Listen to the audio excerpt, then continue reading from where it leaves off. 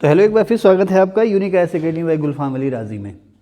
समाज सुधार और धार्मिक सुधार आंदोलन चल रहे हैं, जिसमें हम लोग जो जातीय आंदोलन है उनकी बात भी कर रहे हैं आधुनिक भारत में।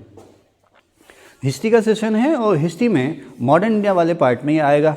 अब मैंने इससे पहले इसके 3 पार्ट में आपको पढ़ा चुका हूँ और वीडियो बना चुका हूँ, अपलोड भी कर चुका हूँ। पार्ट 1, पार्ट 2, पार्ट 3 आपको वो पार्ट देख लेने चाहिए, उसके लिए मैंने प्लेलिस्ट बना दी है। अब यहाँ पर सामने आप बोर्ड पर देख रहे हैं, मैंने बहुत सारे नोट्स यहाँ पर लिख रखे हैं। तो ये नोट्स मैंने इसलिए लिख रखे हैं कि ताकि लेसन प्लान की फ्लो बनी रहे और आपको अलग से मेहनत ना करनी पड़े। आप इसी का स्क्रीनशॉट लेंगे, उसका आप प्रिंट लीजिए, यही आपके नोट्स हैं। इनको धीरे धीरे तैयार करते रहिए, यही आपके नोट्स हैं। तो इन चीज़ों को तो ध्यान से देखना ही देखना है आपने, साथ ही साथ जो मैं आपसे डिस्कशन कर रहा हूँ आपके साथ, उनको आपने लिखना। अच्छा, मेरे सामने जो लोग बैठे हैं ना, आप लोग एक काम कीजिए, आप लोग ध्यान से मेरी बातों को सुनिए, अपना कॉपी ले लीजिए और ध्यान से सारी बातों को सुनते जाइए। जो कोई नई बात हो उसको आप अलग से नोट कर लीजिए। बाकी अपने पास सारी फैसिलिटीज़ हैं, आप आराम से यहीं से इसका प्रिंट लीजिए और उसको अपनी फाइल में लगा लीजिए। उसके बाद आपने करना क्या है, इसी के आपने शॉर्ट नोट्स बनाने हैं।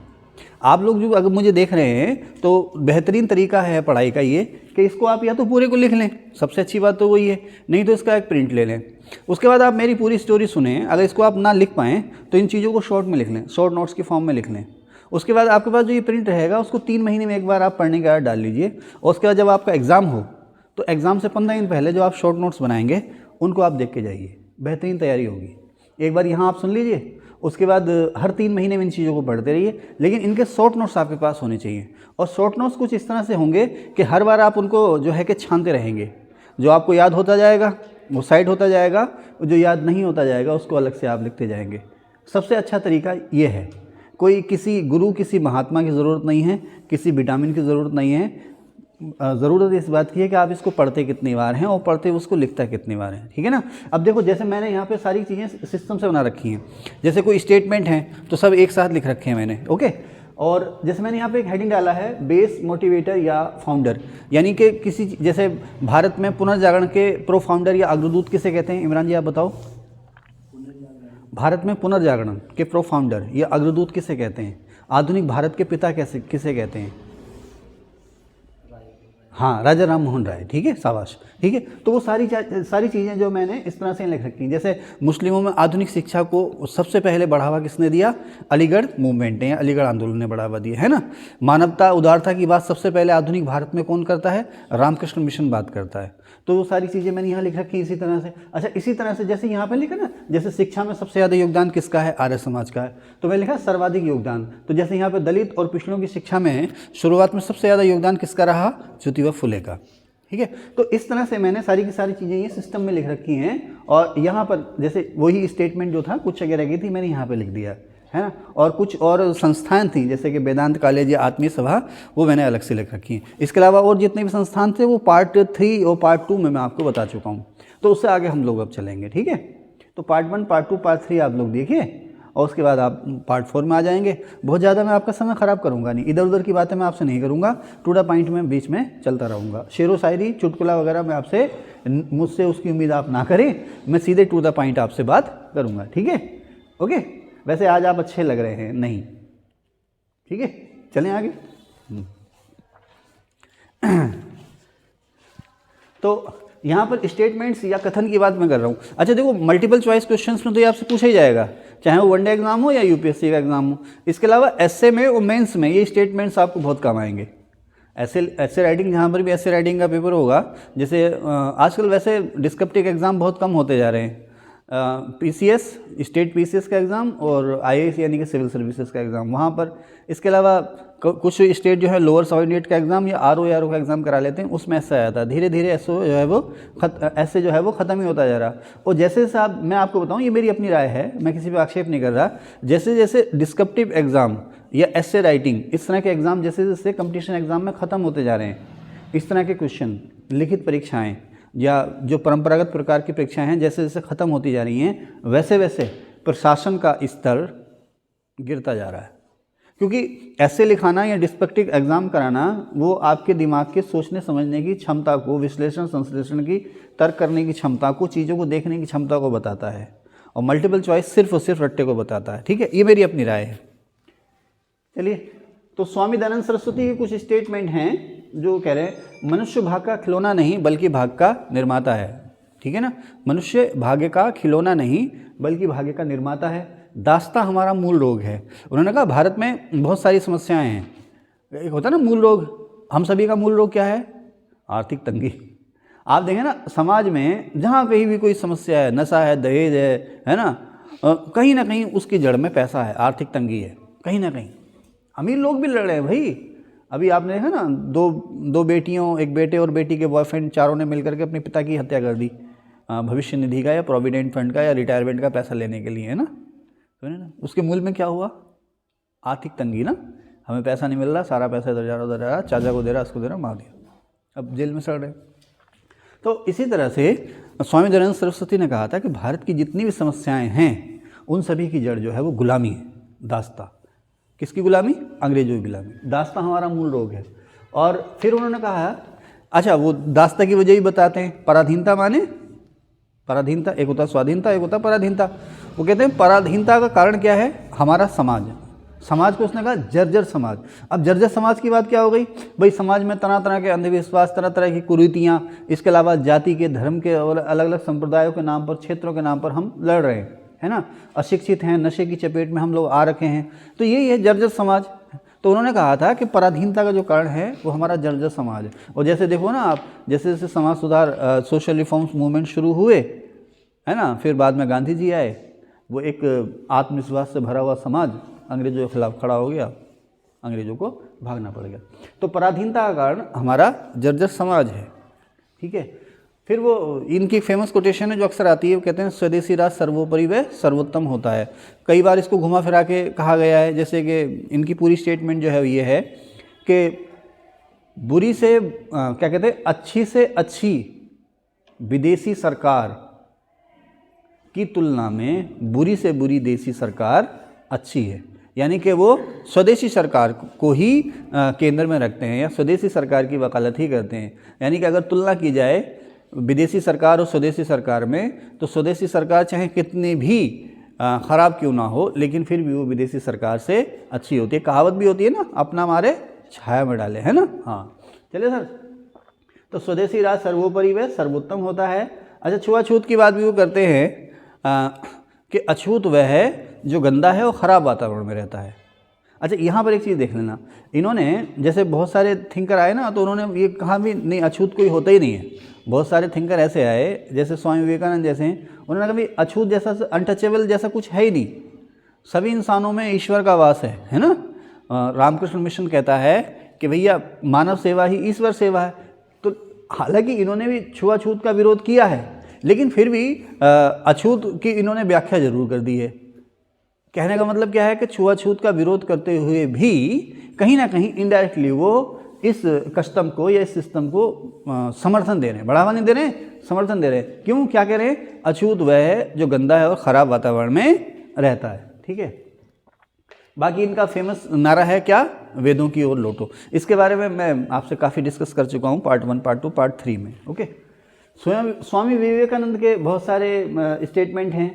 उन्होंने कहा, अच्छा रामकृष्ण मिशन या स्वामी विवेकानंद जो है ना, इन्होंने उस दौर में इन्होंने जो है ब्रह्म समाज से भी कहीं ज़्यादा सांप्रदायिक एकता की बात की है। हालांकि ब्रह्म समाज एकेश्वरवाद की बात करता है और ब्रह्म समाज के मूल में कहीं ना कहीं हिंदू धर्म ही है। जितने भी सुधार आंदोलन है, वो अलीगढ़ आंदोलन है, वो भी सांप्रदायिक एकता की बात करता है, लेकिन उसके मूल में इस्लाम है। अकाली आंदोलन भी सांप्रदायिक एकता की बात करता है, लेकिन उसके मूल में सिखिज्म है ना। उसी तरह से आर्य समाज है तो उसके मूल में हिंदू धर्म है। लेकिन विवेकानंद उनके मूल में हिंदू धर्म होते हुए भी, रामकृष्ण मिशन उनके मूल में हिंदू धर्म होते हुए भी इन्होंने किसी धर्म की आलोचना नहीं की है और अपनी टीचिंग्स में बार बार ये दोहराया कि हम सभी एक हैं, हम सभी को एक होना। जैसे स्वामी रामकृष्ण परमहंस कहते हैं, यहाँ पर मैंने लिखा है, देखो मैं कल लिख के गया हूँ ना, मुझे याद है कौन सी चीज़ मैंने कहाँ लिखी है।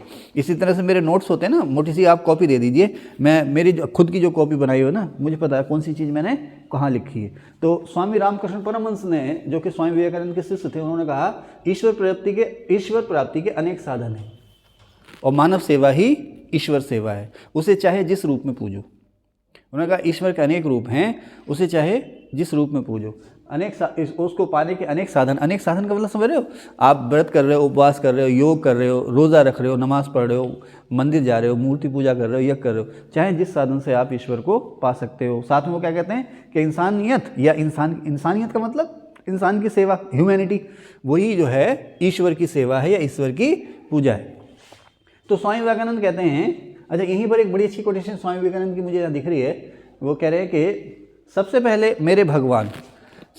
मेरे भगवान सभी जातियों के कुष्ठ, पीड़ित और दरिद्र हैं। देखो यहाँ जो कह रहे हैं कि अछूत वो है जो गंदा है और ख़राब वातावरण में है। कौन? स्वामी दयानंद सरस्वती कह रहे हैं। लेकिन स्वामी विवेकानंद जो है उनसे कहीं आगे बढ़ गए हैं और वो अछूत जैसे शब्द का इस्तेमाल ही नहीं करते। वो इनको भी अपना भगवान कह रहे हैं। क्या कह रहे हैं कि सबसे पहले मेरे भगवान कौन हैं? सभी जातियों के कुष्ठ, पीड़ित और दरिद्र हैं। ठीक है ना? ये कहाँ गए? ये तो साफ हो गए, पता ही नहीं चला किधर गए। अच्छा, स्वामी विवेकानंद फिर कहते हैं कि उठो जागो और तब तक ना रुको जब तक कि लक्ष्य की प्राप्ति ना हो जाए।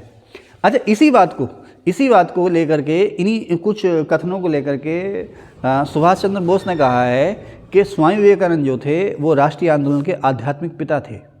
अध्यात्म समझते हैं? वही हमारा धर्म ईमान है ना भाई। मान लीजिए आप मान लीजिए ब्राह्मण हैं, है ना, तो चारों वेद, पुराण, उपनिषद, यही तो आपको रास्ता दिखा रहे हैं ईश्वर पूजा का, है भाई पंडित जी, है ना? हाँ, तो वही तो अध्यात्म है ना, वही अध्यात्म है। लेकिन वास्तविक अध्यात्म तो क्या है, उसकी डिस्कशन अलग से कर लेंगे, है ना। तो यहाँ पर आध्यात्मिक पिता का मतलब क्या है? देखो इन्होंने बात कही ना कि स्वामी विवेकानंद क्या कह रहे हैं कि उठो जागो और तब तक ना रुको जब तक कि लक्ष्य की प्राप्ति ना हो जाए। लक्ष्य जो था ना वो नौजवानों के लिए कह रहे हैं कि अगर तुम्हारा लक्ष्य आज़ादी है या तुम्हारा लक्ष्य जो है जीवन में कामयाबी पाना है तो उठो जागो। ऐसा जागने का मतलब ये नहीं है कि 24 घंटे जागे रहो, है ना, आराम भी करना है ठहरा। तो उठो जागो यानी कि अपने लक्ष्य पर बने रहो और तब तक बने रहो जब तक के टारगेट अचीव ना हो जाए। ठीक है। अब यहीं पर वो देखो जात पात पर और जो अंधविश्वास हैं या जो सांप्रदायिक अनेकता है उस पर चोट कर रहे हैं। क्या चोट कर रहे हैं, है ना, क्या कि हम में से अधिकतर अभी ना तो वेदांती हैं, है ना। वेदांत किसे कहते हैं? जो उपनिषद को वेदांत भी कहते हैं। वेदों के उपनिषद को वेदांत क्यों कहते हैं? क्योंकि वैदिक साहित्य के सबसे अंत में लिखे गए ये उपनिषद, वैदिक साहित्य के सबसे अंत में लिखे गए, इसलिए इनको वेदांत भी कहते हैं। ठीक है। तो कहते हैं ना कि भाई हम में से, और उपनिषद क्या कहते हैं कि अद्वैतवाद और एकेश्वरवाद, ईश्वर एक है। अद्वैतवाद का मतलब आत्मा और परमात्मा दोनों एक है, आत्मा परमात्मा दोनों एक हैं, दोनों अलग नहीं है। ठीक है। तो खैर वो कहते हैं स्वामी विवेकानंद हम में से अधिकतर अभी ना तो वेदांती हैं ना पुराणपंथी हैं। ना तो हम वेदांतों को मानने वाले हैं, ना तो पुराणों को मानने वाले हैं, ना ही तंत्र मंत्र को मानने वाले हैं, ना ही तांत्रिक हैं। वास्तव में वो कहते हैं कि हम हैं छुआछूतपंथी। वास्तव में हम हैं छुआछूतपंथी। अच्छा, यहीं पर इन्होंने एक बात और कही है धर्म को लेकर के कि हमारे धर्म हमारे रसोई घर में है। वो कहते हैं कि हमारे धर्म हमारे रसोई घर में हैं, रसोई घर हमारे मंदिर हैं, मंदिर में रखे हुए बर्तन हमारे देवता हैं, और हमारा नारा क्या है? मुझे मत छुओ मैं पवित्र हूँ। उन्होंने जो ये छुआछूत या हमारी जो जात पात की जो समस्याएं हैं, ऊंच नीच की समस्याएं हैं, इन पर इन्होंने प्रहार किया है। ठीक है। अब कहते हैं हमारी मातृभूमि हेतु दो महान प्रणालियों हिंदू धर्म में इस्लाम का संगम ही एकमात्र आशा है। देखो हमारे यहाँ जैसे जैसे ये दोनों कल्चर मिले हैं तो कई बार कन्फ्लिक्ट हुए हैं, कई बार संघर्ष हुए हैं, सांप्रदायिक तनाव हुए हैं। तो अब स्वामी विवेकानंद ने ये कहा सदियों पहले कि देखो अगर हमारे देश को अगर आगे बढ़ाना है या गुलामी से हमें आज़ाद होना है तो हम सभी को एक होना पड़ेगा। देखो जब हम एक हुए तो हमने 1857 के संग्राम में भले हम सफल ना हो पाए लेकिन जम के लोहा लिया अंग्रेज़ों से, और उसके बाद जब हम एक हुए ऐसे हो खिलाफत में तो अंग्रेज़ों को यहाँ से भागना पड़ा। ये हमारी हमारी एकता ही थी कि अंग्रेज़ों को मजबूर हुआ बांटो और क्या है था वो बांटो और राज करो की नीति अपनाने को, लेकिन फिर भी वो उसमें एक हद तक कामयाब ना हो। कामयाबी उनकी वो थी कि पाकिस्तान अलग हो गया, हमारे देश के दो हिस्से हो गए, लेकिन उनकी नाकामयाबी ये हो गई कि वो यहाँ टिक ना पाए, उनको जाना पड़ा। कुटिलता से वो भले ही हमारे देश के दो टुकड़े कर गए लेकिन उनको फिर भी यहाँ से जाना पड़ा। ठीक है ना। तो स्वामी विवेकानंद इस महत्व को पहले ही बता गए क्या कि हमारी मातृभूमि हेतु दो महान प्रणालियों हिंदू धर्म और इस्लाम का संगम ही एकमात्र आशा है, और आज भी इसकी बहुत ज़रूरत है। हमारे देश में जो हमारी एकता और अखंडता है वो हमेशा बनी रहेगी, अक्षुण्ण रहेगी, और हमारा देश जो है विश्व गुरु हो जाएगा, तेज़ी से विश्व गुरु हो जाएगा, अगर हमारे यहाँ इस तरह से ऊंच नीच, जात पात और ये जो सांप्रदायिक झगड़े हैं जो यदा कदा होते रहते हैं ये ख़त्म हो जाएं। ठीक है साहब। और इन सब को ख़त्म करने का एकमात्र रास्ता पता है क्या है? जो आज आया नहीं है, विकास। विकास जो है, विकास आज आया नहीं ना, तो इन सभी को ख़त्म, इन सभी झगड़ों को ख़त्म करने का एकमात्र रास्ता जो है वो डेवलपमेंट या विकास है ना। जब आर्थिक आधार पर कोई पिछड़ा नहीं होगा तो आरक्षण क्यों आएगा, है ना। सभी को समान मौके मिलेंगे। तो एक वो डॉक्टर विकास दिव्य कीर्ति है ना, तो वो उनका मैं एक डिस्कशन सुन रहा था, उनकी एक रील, तो वो एलन मस्क के बारे में कह रहे थे कि एलन मस्क को आप पता नहीं कहाँ रवांडा या सूडान भेज दो, वहाँ वो बन के दिखा दे एलन मस्क। कह रहे वो एलन मस्क अमेरिका में ही बन पाया क्योंकि वहाँ पर मौके हैं। तो ऐसे ही ग्रोथ के या विकास के मौके सभी को मिलें। अब सरकार घर घर आके सभी को फॉर्च्यूनर तो बांटेगी नहीं, सरकार मौके देगी, है ना। वही डेवलपमेंट है कि आपको सभी को मौके मिलने चाहिए। इसे नीचे कर लो, ख़राब लग रहे हो, कानों पर रख लो, रख लो। अब सामने किसी को ये थोड़ी पता मैं किसको कह रहा हूँ, ये कानों पर रखने के लिए, नाक पर रखने के लिए नहीं है, ठीक है। मफलर, क्या कहते हैं इसको? मफलर। ओके, चले। वैसे आपकी मर्जी है, आप जैसे मर्जी जियो। इतना अच्छा सुंदर मुखड़ा है, उसको मफलर से ढक रखा तुमने, ठीक है। चलें आगे। इनको एक कैप गिफ्ट करना। मगर ये नए बच्चे कैप भी तो नहीं लगाते, इनके बालों का जेल खराब हो जाता है भाई। हाँ, कैप भी तो नहीं लगाते, फिर थोड़ी दिन बाद लगाते हैं, फिर जब जीवन का सत्य पता चल जाता है वह कुछ नहीं रखा जेल पैल में, है ना। हाँ, बस एक बार प्री निकाल लो, फिर मेन की तैयारी करो, नहाना ही भूल जाओगे। चलें सर। सर मैं तेल लगा लूँ, तेल शैम्पू का भी टाइम नहीं होगा। थोड़ी मैं इसको बंद कर दें सर, मैं आपको बताऊँ मज़े की बात ना। तो आगे चले, थोड़ा सा चलो एंजॉय भी हो गया।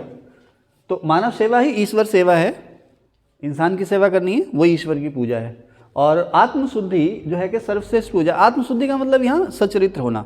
भाई आप इबादत कर रहे हैं ना, आप उपासना कर रहे हैं, लेकिन मन में क्या है, आप दुरंगे हैं, तो वो ठीक नहीं है। तो आचरण की शुद्धता है, आत्मशुद्धि ही वो सर्वश्रेष्ठ पूजा है। फिर वो कहते हैं ईश्वर प्राप्ति के अनेक मार्ग हैं, उसे जिस रूप में चाहो, जैसे यहाँ पर भी है ना, ईश्वर प्राप्ति के अनेक मार्ग हैं, उसे जैसे चाहो, जिस रूप में चाहो, उस रूप में आप पूछ सकते हो, ठीक है ना। अब जैसे स्वामी विवेकानंद कह रहे हैं कि चाहे जिस रूप में पूजो, चाहे जिस रूप में पूजो, या रामकृष्ण मिशन कह रहा है कि ईश्वर के अनेक रूप हैं, ईश्वर तक पहुंचने के अनेक साधन हैं, ईश्वर की पूजा आप चाहे जिस रूप में कर सकते हो। अच्छा, यहाँ पर ब्रह्म समाज क्या कहता है? ब्रह्म समाज ये कहता है, वो अनेक रूप की बात नहीं करता है, वो कहता है ईश्वर निराकार है और एक है। देखो, रामकृष्ण मिशन क्या कहता है? ईश्वर के अनेक रूप हैं, उसे चाहे जैसे पूजो, चाहे जिस रूप में पूजो। ब्रह्म समाज क्या कहता है? ईश्वर निराकार है और एक है, एक ही ईश्वर है, निराकार है और गुरु ब्रह्म है ना। और उसकी पूजा का साधन क्या है? ध्यान। उसकी पूजा का साधन क्या है? ध्यान। ब्रह्म समाज भी मानव सेवा की बात करता है, लेकिन यहाँ पर थोड़ा सा क्या अंतर है कि ब्रह्म समाज कहता है वही ईश्वर एक है, वो निराकार है। वो ये कहते हैं हाँ साकार है, बहुत सारे रूप हैं ईश्वर के, और आप जैसे चाहो वैसे पूछ सकते हो। लेकिन सबसे ज़रूरी क्या है पंडित जी? सबसे ज़रूरी क्या है? स्वामी विवेकानंद के अनुसार ईश्वर तक पहुँचने का सबसे अच्छा रास्ता क्या है? अष्टांगिक मार्ग। अरे क्यों मर जाओ। हाँ, मैं सत्संग पढ़ रहा, अभी समझ में नहीं आया। स्वामी विवेकानंद क्या कह रहे हैं पंडित जी कि ईश्वर तक पहुंचने का सबसे अच्छा रास्ता कौन सा है? पंडित जी आप बताओ। सोनू आप बताओ। सोनू, आसिया। हाँ, इंसान की खिदमत, मानव सेवा ईश्वर तक पहुंचने का सबसे बेहतर रास्ता। ध्यान से सुनो है, ठीक है। फिर वो कहते हैं, अब देखो यही पर हर बार वो उनकी बातों में झलकता है कि वो कितना व्याकुल हैं सांप्रदायिक एकता के लिए, कि हम मानवता को वहाँ ले जाना चाहते हैं जहाँ ना वेद है, ना पुराण है, और इसमें एक चीज़ और भी लिखनी चाहिए थी मुझे, ना बाइबल है। हम मानवता को वहाँ ले जाना चाहते हैं जहाँ ना वेद है, ना पुराण है, ना गीता है, ना बाइबल है। लेकिन ये इन सभी के तालमेल से ही संभव होगा। इसका मतलब क्या है कि अभी हम लोग देखो ना, हम लोगों में क्या डिस्क्रिमिनेशन है। अच्छा, इस डिस्क्रिमिनेशन का बहुत सारे लोग फ़ायदा उठाते हैं। हम लोगों में क्या अंतर है, डिस्क्रिमिनेशन क्या है? वैसे तो देखो कबीरदास जी कह गए ना कि सभी का एक ही हाड़ मांस है, एक ही चमड़ी है ना, है ना भाई। कोई सफ़ेद रंग का है तो कोई सफ़ेद रंग का नहीं है, ये थोड़ा सा अंतर है। इसके अलावा हम लोगों में और कोई अंतर नहीं है ना। वो नाना पाटेकर की तिरंगा देखी नहीं है कि हिंदू का खून ये मुसलमान का खून है ना, वही वाली बात तो है ये। तो हम लोगों में कोई अंतर नहीं है। अंतर क्या है? हमारी पूजा विधियाँ, हमारी मान्यता। ईश्वर को हम सभी मानते हैं लेकिन अलग अलग रूपों में मानते हैं, उस तक पहुंचने के लिए अलग अलग रास्ते हम अपनाते हैं। तो कह रहे हैं भाई ये चीज़ जो है, इस चीज़ से हम ऊपर उठना चाह रहे हैं। अगर ये डिस्क्रिमिनेशन खत्म हो जाए, देखो सम्राट अशोक, तो अब मैं फिर पीछे पहुंच गया, सम्राट अशोक या बादशाह अकबर, उन लोगों ने यही तो कोशिशें की कि जो डिस्क्रिमिनेशन है ये ख़त्म हो जाए। तो उस डिस्क्रिमिनेशन को ख़त्म करने के लिए अशोक ने धम्म को शुरू किया, सभी धर्मों की अच्छी बातों को लिया और धम्म शुरू कर दिया। अकबर ने दीन इलाही शुरू कर दिया, सभी धर्मों की अच्छी बातों को लेकर के दीन इलाही शुरू कर दिया। लेकिन इतिहास में आज तक कभी कोई राजा धर्म नहीं चला पाया, वो भी नहीं चला पाए, है ना। तो इसी तरह से वो कह रहे हैं कि हम जो हैं इन सभी धर्मों की अच्छी अच्छी चीज़ों को लें और एक नया धर्म, एक नई संस्कृति शुरू कर दें जहाँ पर हमारे बीच में इस तरह का कोई भेदभाव ना हो। तो हम मानवता को वहाँ ले जाना चाहते हैं जहाँ ना वेद है ना पुराण है, लेकिन यह उन सभी के तालमेल से ही संभव होगा। ठीक है ना, ये उन सभी के तालमेल से ही संभव होगा। आगे चलें। हमारे धर्म, ये बात इसकी डिस्कशन हो गया, हमारे धर्म हमारे रसोई घर में है। कहते हैं ना वही रसोई घर, आजकल भी अक्सर विवाद होते रहते हैं ना कि ये खाता, ये वो खाता, ये मत खाओ, ये वो मत खाओ। तो ये वाली बात तो हमारा धर्म हमारे रसोई घर में है। रसोई घर हमारे मंदिर है, उसमें रखे बर्तन हमारे देवता हैं और हमें मत छुओ, मैं पवित्र हूँ, ये हमारा नारा है। ठीक है, तो ये सारी बातें हो गई। इसके बाद इनकी बात मैंने आपकी, और ये बात भी हो गई और ये बात भी हो गई। स्वामी विवेकानंद कहते हैं, देखो फिर वो दीनहीन और दरिद्र जो हैं उनके कल्याण की बात करते हैं। वो कहते हैं कि ऐसा धर्म व्यर्थ है जो कि किसी विधवा के आंसू ना पहुंच सके और किसी गरीब को रोटी ना दे सके, है ना। सभी ने ये बात कही है कि गरीब को रोटी देनी चाहिए, ना कि उसे भजन सुनाना चाहिए। तो ऐसा धर्म व्यर्थ है जो कि विधवा के आंसू ना पहुँच सके और गरीब को रोटी ना दे सके। और फिर वो कहते हैं कि मानव सेवा ही परम धर्म है। ठीक है। एनी सेंट स्वामी दयानंद सरस्वती के बारे में कहती हैं कि स्वामी दयानंद सरस्वती पहले ऐसे व्यक्ति थे जिन्होंने नारा लगाया कि भारत भारतीयों के लिए है। इन्होंने ही सबसे पहले हिंदी का समर्थन किया था राजभाषा या राष्ट्रभाषा के रूप में। राजभाषा या राष्ट्रभाषा के रूप में हिंदी का समर्थन किया था। इन्होंने ही सबसे पहले स्वदेशी और स्वराज का नारा दिया था। ठीक है। सुभाष चंद्र बोस ने स्वामी विवेकानंद को कहा है भारतीय स्वतंत्रता आंदोलन का आध्यात्मिक पिता। ओके, आगे चलें।